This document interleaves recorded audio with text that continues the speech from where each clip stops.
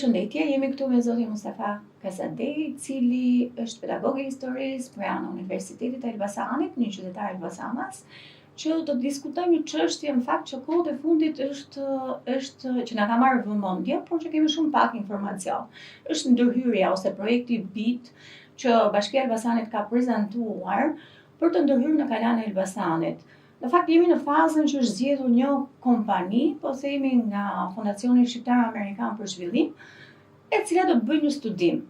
Por informacioni jonë ndalet këtu. A mund ta flisim pak se çfarë rëndësie ka kalaja dhe si duhet konsiderohet ky monument i kategorisë së parë për qytetarët e Elbasanit, por edhe për trashëgiminë kulturore.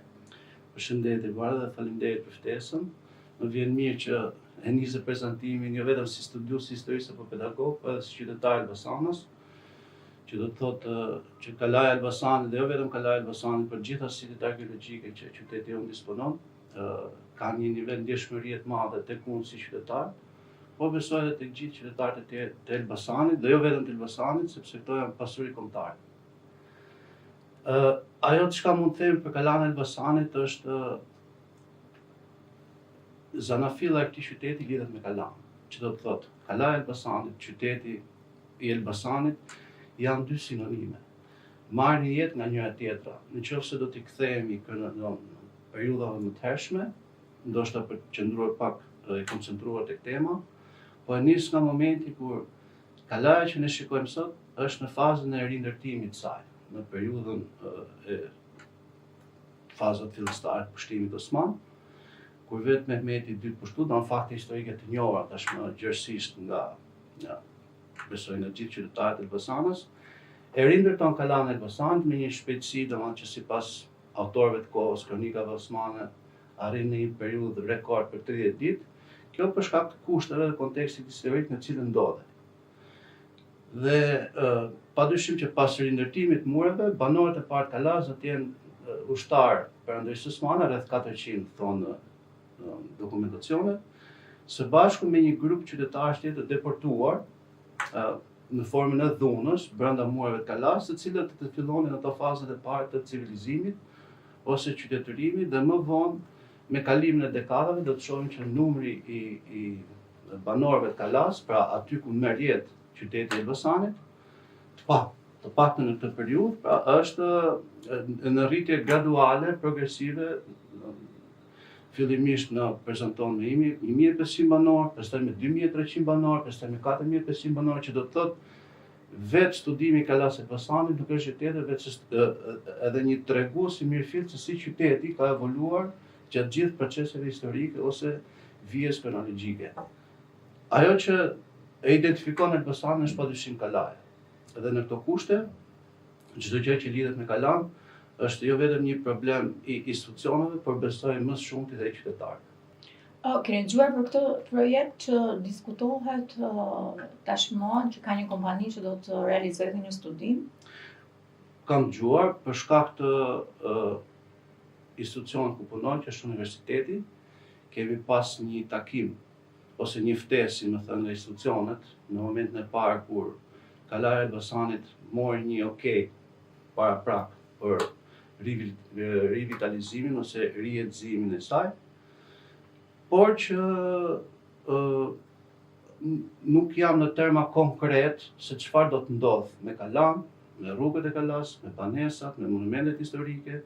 Duhet t'ju kujtoj gjithashtu që kalaja e Elbasanit është një qytet muze dhe në këto kushte është një monument kulture kategorisë parë.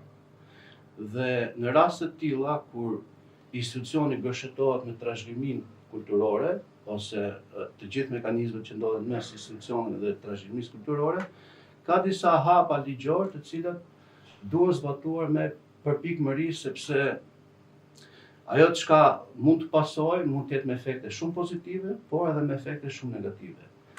Nga këndvështrimi i një studiusi historie do të pohoja që në këtë periudhë në shtetëformimit, paktën qysh nga periudha e pavarësisë, lajmi për rijetëzimin e kalas është lajmi më i rëndësishëm pas aktit sublim të solidarizimit me shpalljen e pavarësisë ose me 25 nëntorin e vitit 1912 kur qytetarët e Elbasanës bën një akt patriotik. Nga ky moment rihetëzimi i Kalas është akti më i rëndësishëm që ka ndodhur gjatë gjithë nga kjo periudhë deri më sot. Që do të thotë efektet që ajo do të lë pas janë me përmasa të tilla njësoj siç është akti sublim i solidarizimit me aktin e pavarësisë së Vlorës. Si e shikoni gjendjen e Kalas? Pra ka pasur shumë ndryshime dhe ka disa objekte që edhe janë rënuar, edhe janë dëmtuar, edhe janë ndryshuar nga pamja e tyre më parshme. Aktualisht, dhe cila ka qenë periudha ndoshta më e vështirë për Kalan, që ka pasur ato ndryshimet rrënjësore? Do të falenderoj për pyetjen. Në qoftë se do të shikojmë pas në kohë, padyshim që periudha më e vështirë do të gjykoja e asaj çka ofronte Kalaja. Fillimisht do të ishte gjatë periudhës monizmit, në momente kur politika shtetërore e kohës doli me atë nismën famkeqe të ateizmit dhe të shemjes goditjes të gjithë institucioneve të karakterit religjioz. Duke i transformuar funksionin, duke i kthyer në magazina, në qendra ose zyra këshillash, duke i devijuar funksionin dhe atë çka ato mbartin. Por fatmirësisht nuk u Por fatmirësisht një pjesë e madhe e tyre u ruajtën në gjendje të paprekur me disa ndryshime të vogla. Po flas në koncept. Goditja e parë që Kalaja si qytet muze dhe ato që identifikojnë. Nëse ne shikojmë, marrim një pamje Kalas nga lart, shumë në nivel makrokulturor, Kalaja e Elbasanit nuk është tjetër veç një tregues i mirë fill të asaj çka ofron qytetaria shqiptare në përgjithësi, dhe ajo që ne e themi me mburrje shpesh është toleranca fetare. Duke qenë se brenda muajve të Kalas, një kuadrat me përmasa 308-328 metra, domethënë gjerësi dhe gjatësi, ne gjejmë të konkretizuar bashkëtesën fetare midis qytetarëve dhe institucioneve. Pra, nuk janë thjesht objekte, por ruajnë identitetin e qytetit, ruajnë trashëgiminë shpirtërore të qytetit. Pra kemi shumë vlera në një kompleks. Si, nëse do ta sillem me termet e sotëm, është një kartë identiteti ose një pasaport e një qytetari shqiptar, jo vetëm Elbasanës. Më shumë të Elbasanës, sepse ne jemi të lidhur drejt për drejti, domethënë kur them ne, ndoshta mosha ime e re, po edhe unë, bashkë me prindërit e mi, me të parët tanë, kemi qenë të lidhur në një mënyrë apo një tjetër me atë çka ofron në brendësi Kalaja e Elbasanit. Kishte ardhur momenti që të kishte një ndërhyrje në Kalas, sepse kemi shumë objekte të cilat ose janë të mbyllura, ose nuk kanë funksionin e vet. Për shembull, hamami i Kalas është jashtë funksionit dhe nuk përdoret dhe as nuk kemi akses te ky hamam. Shtëpitë e vjetra, disa janë të mbyllura që kërkojnë një lloj restaurimi. Ka pasur përpjekje për t'i kthyer disa objekte edhe në hoteleri, edhe për të pritur turistë, se qëllimi është që ne kemi një turizëm gjatë gjithë vitit, turizmi është e ardhmja e çdo vendi sa i përket të ardhurave në vazhdim. Po a ka kjo një limit, si mendoni? Unë do të përgjigjem sapo të jap edhe një përgjigje domethënë që s'pata mundësi, domethënë patjetër do të vi tek pyetja shumë shpejt. Faza e dytë e vështirë e asaj çka mbart Kalaja në vetvete, padyshim në pas viteve 90, ato vitet e para, kur për shkak të izolimit, errësirës, paditurisë, ndoshta sa etjes së madhe që kishin qytetarët, një pjesë e madhe të tyre u dëmtuan, e humbën autenticitetin, shtëpia për betoni, një pjesë ushqitën, rrugë të shtruara me beton, me llaç, domethënë me këto mjetet rrethanore, që edhe këto e goditën deri diku, pra atë çka kishte Kalaja. Por të rikthyer këtë pyetje. Ne në universitet kemi një degë e cila lidhet drejt për drejt me turizmin dhe në këto kushte kemi qenë të detyruar bashkë me kolegët që të shkojmë dhe të mbledhim dhëna empirike se çfarë ofron qyteti i Elbasanit për një turist.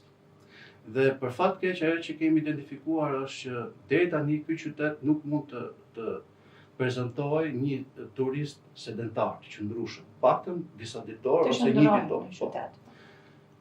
Turizmi që ofron qyteti i Elbasanit është tranzitor, që do të vinë, ndalojnë për pak dhe largohen. Ndërkohë që ne kemi site arkeologjike dhe turistike atraktive shumë mëdha, duke filluar në zonat përreth që janë bukuri natyrore, po edhe ajo që lidhet me dorën e njeriut që janë ndërtuar siç është kalaja në rastin konkret.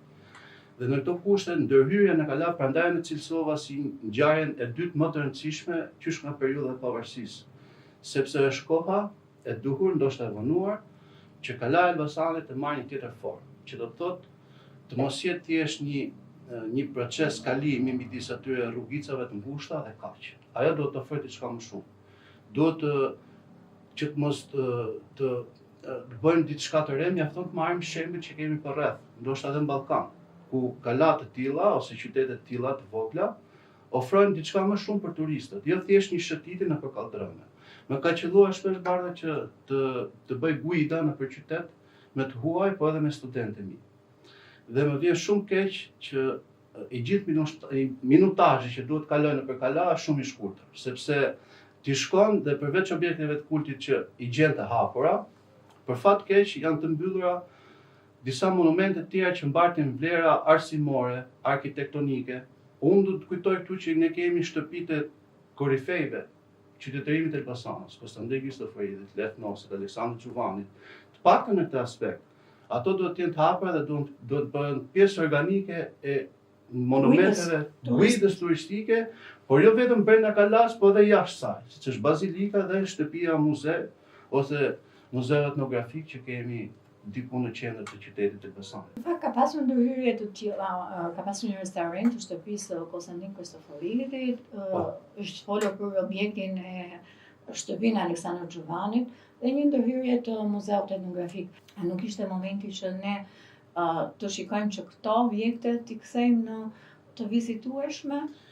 Jo më larg se disa muaj më parë, për shkak të një nisme që Bashkia e Elbasanit kishte për të hapur një muze arsimor, debati u ndes pikërisht në momentin kur ajo çka do të ofrojë muzeu. Pra do të jetë thjesht një muze klasik, që do të ofrojë pamjen e disa objekteve të vjetra, fotove, dokumentave që lidhen me arsimin, apo do të futet në terma kontemporan bashkëkohor, që do të thotë muzeu nuk është thjesht një ruajtës dhe përcjellës si trashëgimis kulturore, por është edhe interaktiv, që do të thotë të bëhet edhe pjesë interaktive jo vetëm me turistët, po edhe me qytetarët e Elbasanit, edhe me nxënësit e qytetit të Elbasanit. Dhe në këto kushte është një nisëm shumë e mirë, shumë e mirë, fakti i ndërhyrjes tek shtëpia e Aleksandrit Xhuvanit, e Konstantin Kristoforidit, e Lev Nosit dhe kudo tjetër ku ne mund gjejmë gjurmë historike.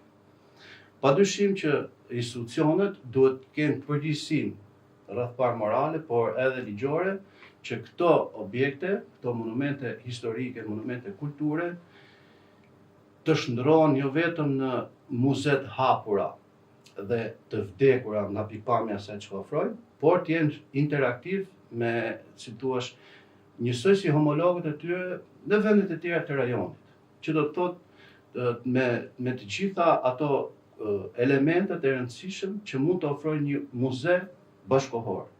Interaktivitetin, historikun, por edhe perspektivët për të nesërmen, duke u nisur pikërisht nga ajo çka ofron e shkuara e asaj që të tregon muzeu.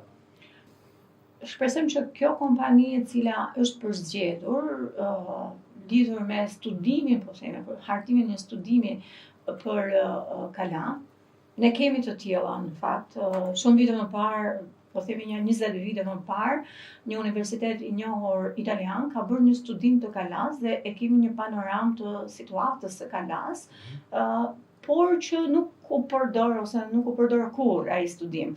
Ka studime për Kalan, ka edhe projekte të mundshme. Si mendoni, çfarë duhet të bëjë kjo kompani? Gjëja më e rëndësishme që kjo kompani besoj është private, patjetër, duhet të bëjë është jo vetëm të zbatoj ato hapat ligjor, pra kushtëzimet që ofron ligji, por patjetër duhet të mbartë në vetvete edhe anën morale të kësaj nisme, çka po bën. Nëse më lejon Bardha, unë dua të shpjegoj pse është e rëndësishme që institucioni qoftë edhe ky studia që është kontraktore, duhet të ketë parasysh që më së shumti të këshillohet me grupet e interesit, me qytetarët e Elbasanit dhe jo vetëm me specialistët, patjetër edhe me specialistët. Sepse për të qenë sinqert, qytetarët mund të nisen nga interesa personale të ngushta, ndoshta nga dëshirat e veta, por gjithsesi këto duhet marrë parasysh për disa faktorë. Kalaja e Elbasanit nuk është thjesht pjesë e trashëgimisë materiale të qytetit. Ajo mbart vetë edhe anën jo materiale të saj, që do të thotë të gjithë qytetarët e Elbasanës me një formë apo një tjetër kanë qenë të lidhur me jetën brenda Kala. Për shkak të objekteve të kultit, fqinjësisë, miqësisë, pra religionit që e përmenda patjetër që funksionon edhe sot.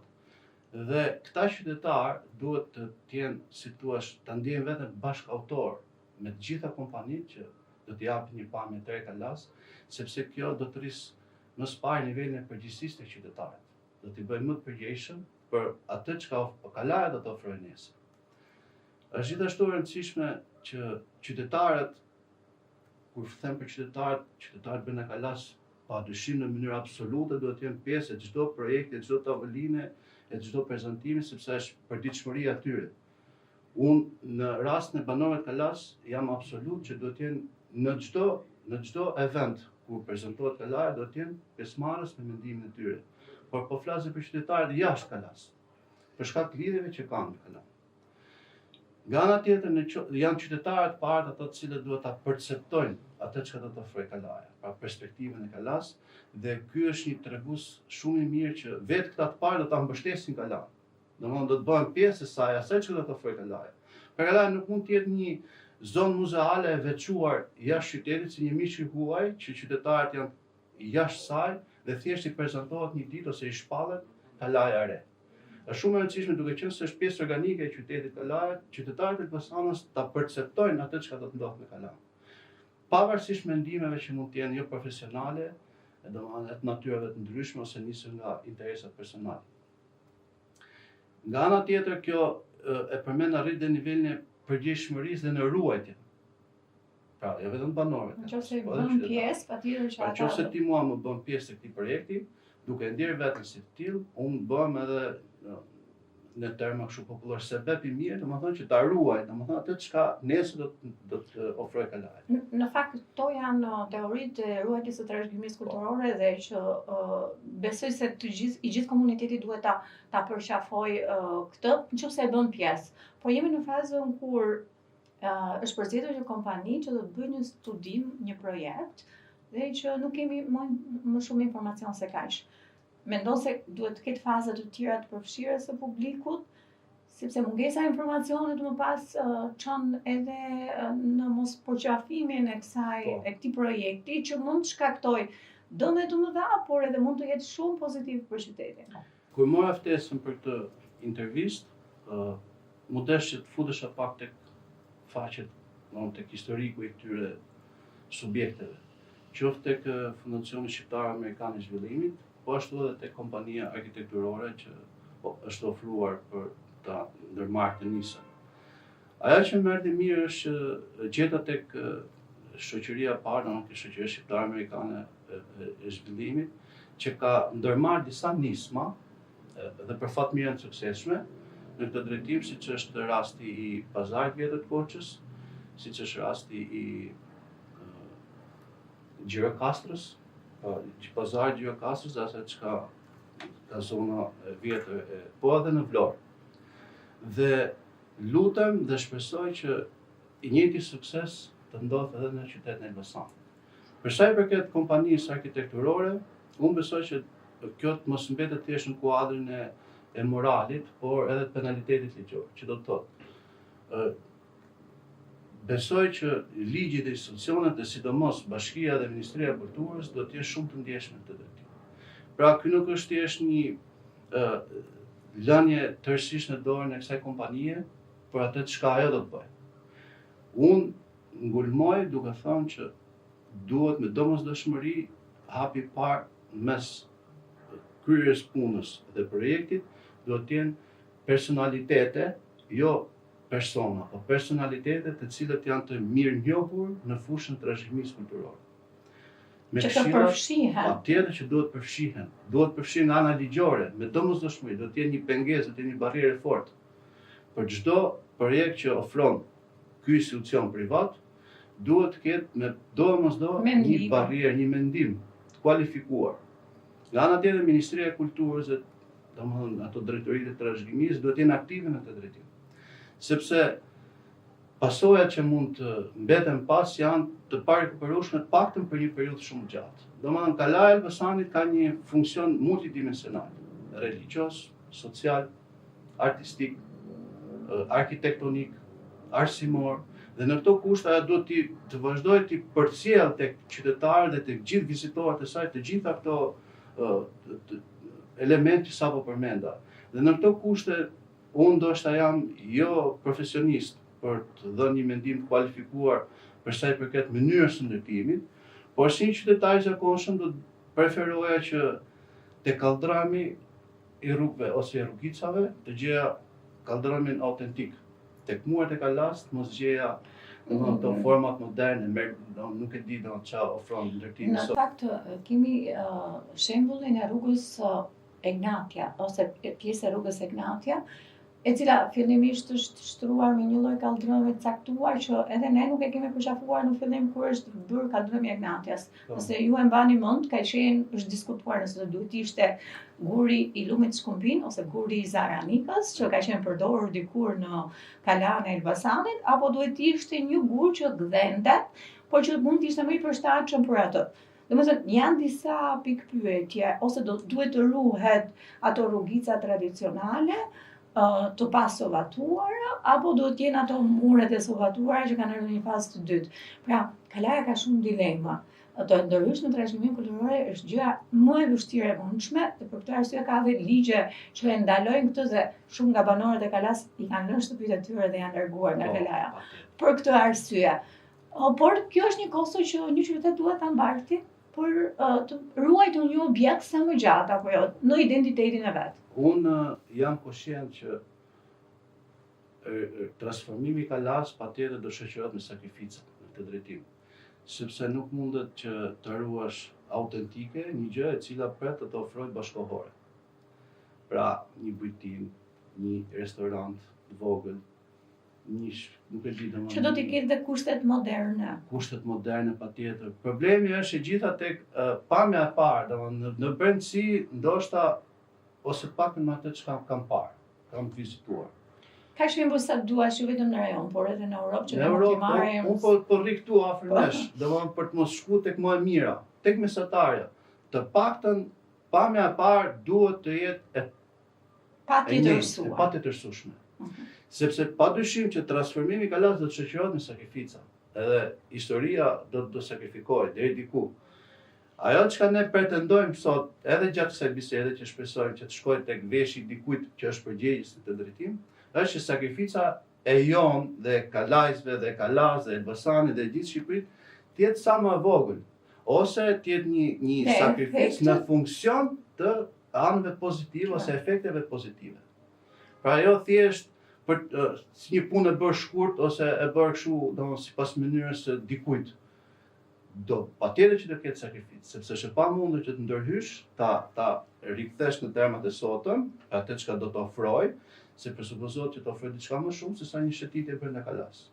Pra ti mbaj vizitorët aty të lidhur, paktën për disa orë, qoftë edhe për një drek, qoftë edhe për të fjetur. Por kjo padyshim që ka sakrificën e vet, por gjithmonë të jetë brenda aspektit ligjor dhe në funksion të perspektivës dhe të efekteve pozitive në ekonominë e qytetit e Elbasanit.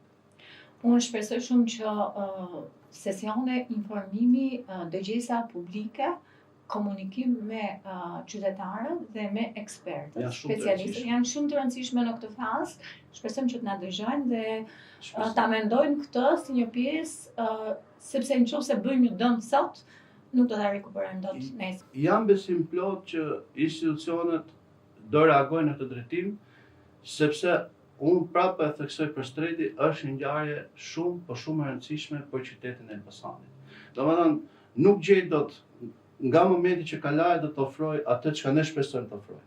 E deri në vitet më përpara nuk gjej dot një moment kaq të rëndësishëm sa që është ky.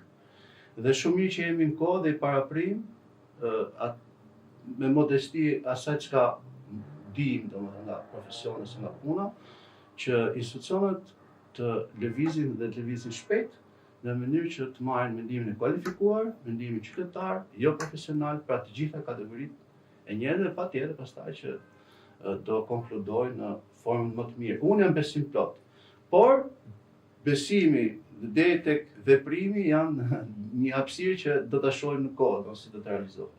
Shumë faleminderit për këtë bisedë. Shpresoj të kemë në biseda të tjera të lidhura me trashëgiminë, sepse qyteti i Elbasanit i ka mundësitë dhe duhet patjetër që ne t'i promovojmë ato dhe t'i mbrojmë natyrisht. Faleminderit. Vjen shumë mirë që isha këtu dhe ky sensibilitet ose kjo dëshira për sensibilizim, patjetër që është një element qytetarie shumë i rëndësishëm dhe të përgëzoj që e mori iniciativën, domethënë të rikthesh në vëmendjen e qytetarëve një moment të rëndësishëm për ta, por që duhet parë me shumë kujdes. Faleminderit. Faleminderit dhe ju.